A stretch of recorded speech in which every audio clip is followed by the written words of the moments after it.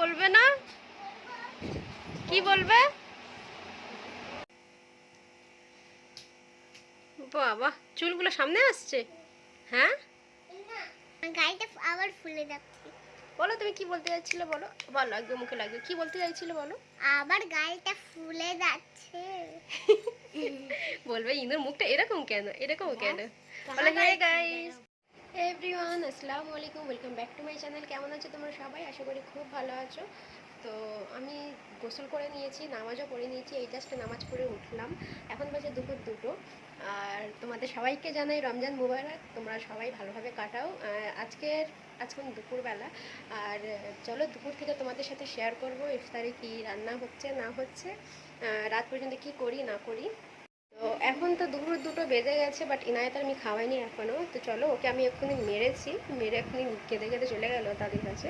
বদমাইশ হয়ে গেছে, প্রচুর প্রচুর বদমাইশি করে, সবাইকে খালি মারে। আজ হচ্ছে প্রথম রোজা, আর তোমাদের সবাইকে জানাই রোজা মুবারক, তোমাদের সবাই রোজা ভালোভাবে কাটুক। তো আমার তো বেশ ভালোই কাটছে, বোঝা যাচ্ছে না, কষ্ট হচ্ছে না, পানিও পিপাসা পাচ্ছে না, খিদেও পাচ্ছে না, বাট একটু দুর্বল লাগে, বাট এরকম কিছু হচ্ছে না। যেহেতু এখানে মানে হালকা ভোরের বেলা উঠলে তো এতটা ঠান্ডা নয়, মানে বেশ ভালো ঠান্ডা থাকে, ঠান্ডা ঠান্ডা লাগে। এই হচ্ছে ব্যাপার, রোজা কিছু মনে হচ্ছে না, ভালো কাটছে। দেখতে দেখতে প্রথম রোজা হয়ে গেল। তোমাদের সবাইকে সবাই তোমাদের এর থেকে খাইয়ে দিই, কেন ও কেঁদে কেঁদে চলে গেছে, আবার ওকে একটু আদর করতে হবে, তবেও আমার কাছে আসবে, নাহলে আসবে না। এই হচ্ছে ব্যাপার। নামাজের মাদুর ফাদুর বসে জাস্ট নামাজ পড়ে উঠলাম। মানে রাতে রান্নাটা আমরা দুপুরে করে নিই, আজকে মাংস কষা হচ্ছে। তো ইনায়েত খাবে আর কি, তো কাজটাও কম যায়। চলো দেখা যাচ্ছে। চলে এসেছি কিচেনে, আর কিচেনে এখন অল্প অল্প করে রান্না শুরু হয়েছে। এখানে যে চিকেনের স্টাফিংটা সেটা অলরেডি হয়ে গেছে, ভিডিও শ্যুট করতে পারলাম না।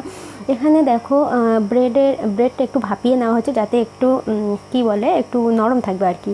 এখানে দেখো যে শেপে করা হবে সেটাকে করছে, এটা একটু আইসক্রিমের মতো করা হবে।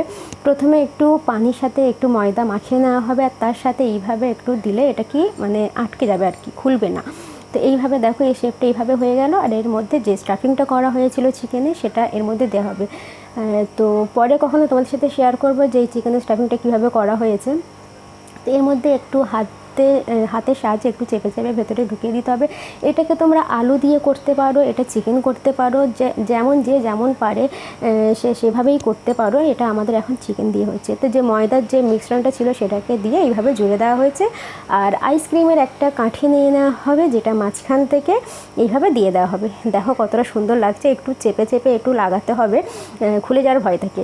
তো এখানে দেখো তারপরের যে স্টেপটা, সেখানে এটা হচ্ছে দুটো ডিম নেওয়া হয়েছে, যেটা কোট করা হবে আর কি।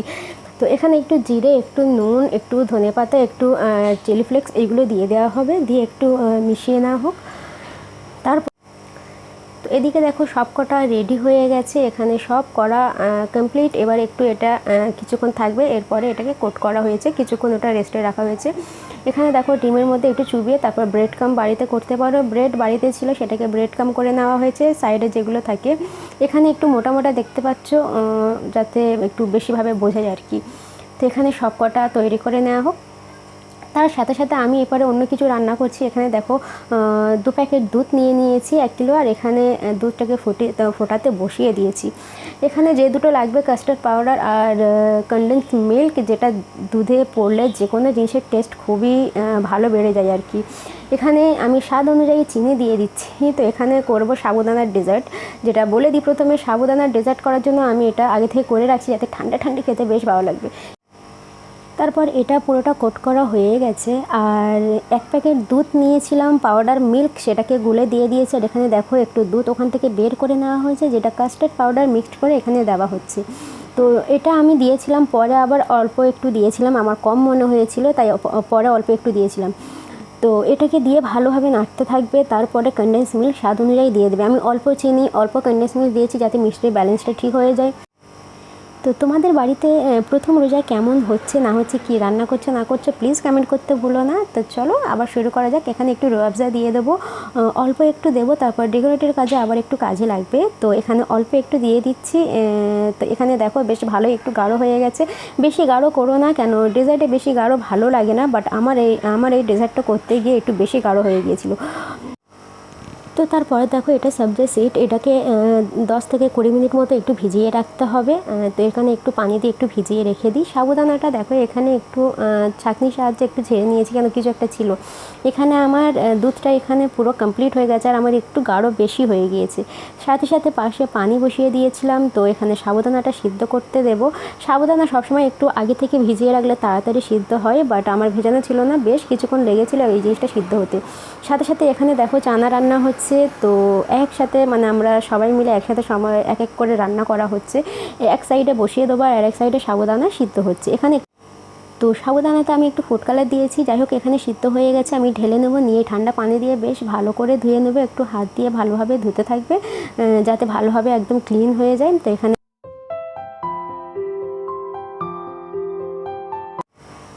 তো এখানে দেখো আমার দুধটা কতটা গাঢ় হয়ে গিয়েছে। এতটা গাঢ় করো না, কেন ডেজার্টে এত গাঢ় দুধ ভালো লাগে না, একটু হালকা পাতলা থাকবে। আর উপরে দেখো মালাইটা আমি তুলে নিয়েছি যাতে আমি একটু ডেকোরেটের কাজে লাগবো। তো চলো ফটাফট একটু ডেকোরেশন করে নিই। তো এখানে একটা গ্লাস নিয়ে নিয়েছি আর একটু রুয়াবজা নিয়ে চারিদিকে একটুখানি দিয়ে দিয়েছি যাতে একটু লাল লাল লাগে। হোয়াইট কালারের যখন মালাই পড়বে দেখতে একটু ভালো লাগে। তারপরে অল্প একটু মালাই দিয়ে দিচ্ছি। তো অল্প অল্প সব দেবো। তারপর অল্প একটু সিড দিয়ে দিয়েছি। তো তারপরে একটু সাবুদানা ওপরে ফেলে দেবো। দেখি তো তোমরা তোমাদের মতো ডেকোরেশন করবে, আমি আমার মতো একটু করে দেখতে চাইছি। তো এখানে অল্প একটু দুধ বের করে তাতে একটু গ্রিন কালার মেশানো হয়েছে। তো এটাকে মিশিয়ে তারপরে একটু জাস্ট দেখতে ভালো লাগার জন্য অল্প একটু ফল কেটেছিলাম। তো দেখো একটু আপেল, একটু বেদানা, একটু কলা, এইভাবে সমস্ত কিছু কাটা হয়েছে, অল্প অল্প করে সব দিলাম। তারপর আর একটা গ্লাস সাজানো হয়েছে যেটা শুধু ফ্রুটের ওপর হবে, এটা শুধু ফ্রুট দিয়ে তৈরি হবে। তো দেখতে থাকো, আশা করি তোমাদের ভিডিওটা ভালো লাগে।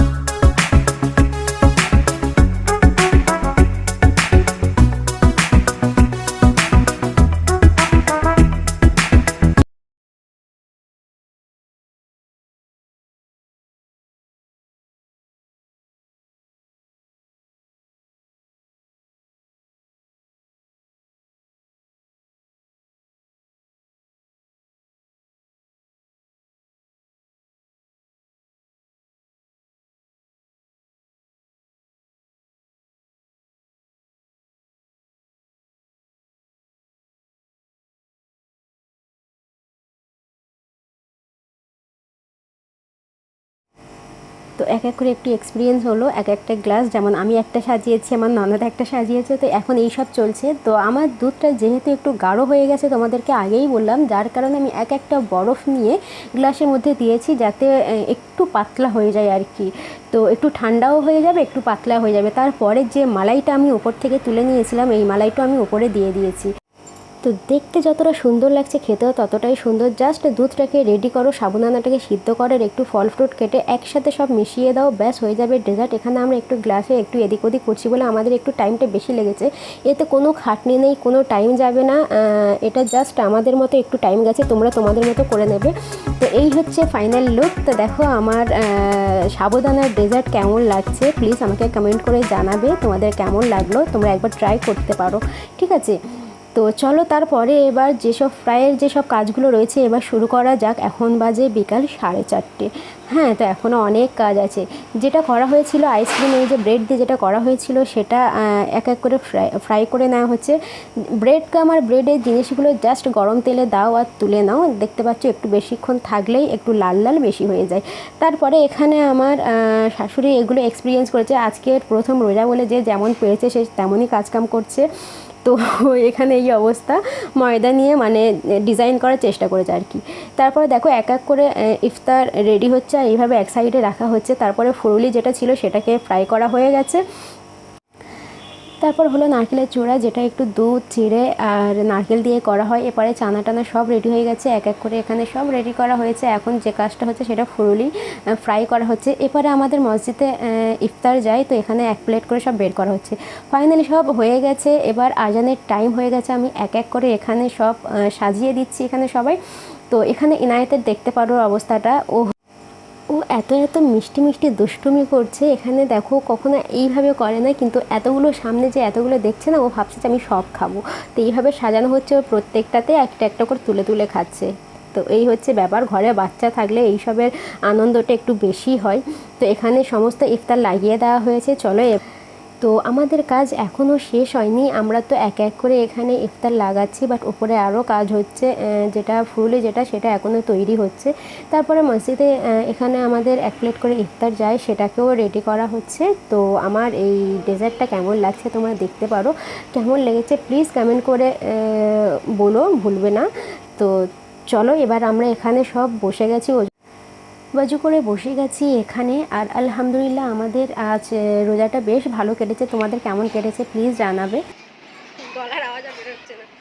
তো ইফতার হয়ে গেল, এবার নামাজ পড়লাম, নামাজ পড়ে সবই উঠলাম, এবার যাব চা করব। খুব ক্লান্ত। চলো এবার তোমার সাথে পরে কথা বলছি। আজকের দুপুরটা তো পুরো রান্না করেই কেটে গেল। ইনায়েত বাইরে খেলছে, বদমাইশেরও শেষ নেই। দেখতে তো পেলে ও ইফতারে কি কি করলো, বিনা ইফতার খালি তুলে তুলে খেয়েই যাচ্ছে।